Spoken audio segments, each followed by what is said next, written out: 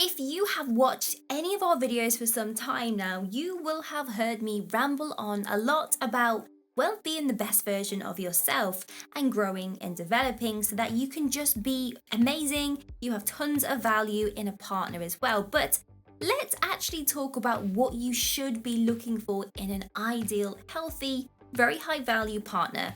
Because otherwise, you could continue to date people that don't see your worth, they mistreat you, and you completely miss out on dating that high value person. So today's video is all about finding the most desirable and the essential, underlining that, essential qualities for a high value partner so that you feel happy, secure, and fully loved.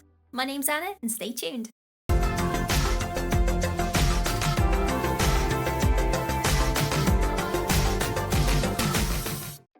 Okay, quality number one you want to be looking out for is someone that does not take life too seriously. The ability to date someone that can have a laugh and a joke even in the most stressful times is someone that you need to be marrying as soon as possible, or at least dating for a long time if marriage isn't your thing. Someone that has a sense of humor brings a nice, relaxing but fun energy into the relationship. And relationships, let's be honest, get a little bit boring because you are listening to the same person every single day. So by having a sense of humor allows for the playfulness and the teasing and the constant flirting to keep up appearances. So let's think of it in this way.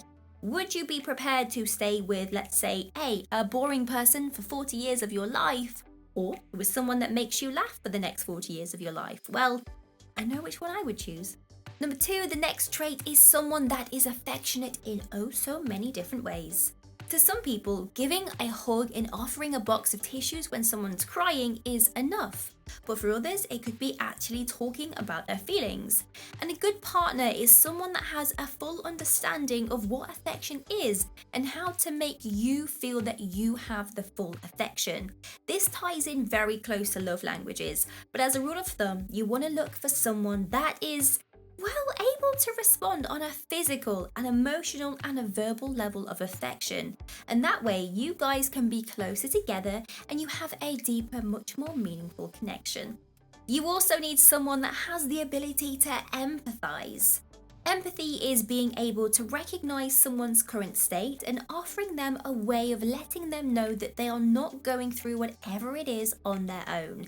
It's a skill where you can fully observe someone's intellectual, emotional, physical, and intuitive state. And when you have a partner that can fully empathize with you, it doesn't actually feel like you are struggling with life troubles on your own because you have a sideman, you have someone there holding your hand, walking you through every step of the way. And this is going to make you feel wanted, respected, understood, and the overall bond is a lot stronger.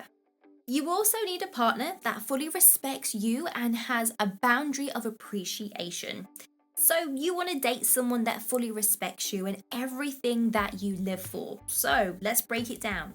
That means they don't laugh at your goals, they don't laugh at your interests, your weaknesses, or that cringy person that you have subscribed to on YouTube. An ideal partner is someone that treats you with equal amounts of respect of what they treat themselves. They don't own you, they don't control you, and they don't try to punish you or manipulate you in any way. Basically, just kind of let you live and do your thing, you being awesome. They let you have your own personal boundaries and you guys can come together in the middle where you want to have a relationship and hang out.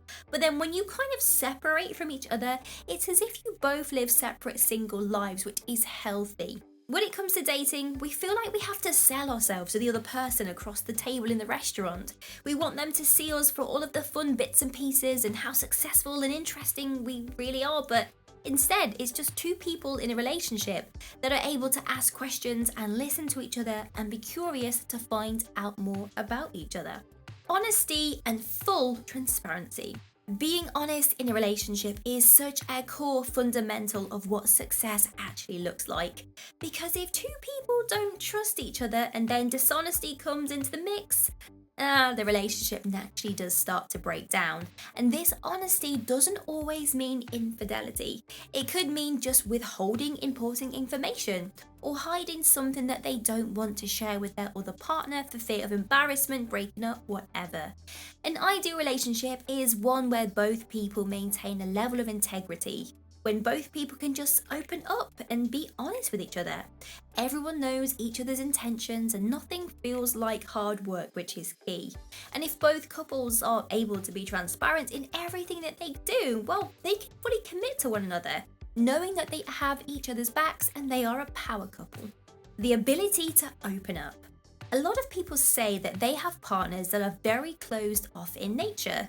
They don't share a great deal of how they feel, they keep their dreams and their aspirations and goals, well, in secrecy.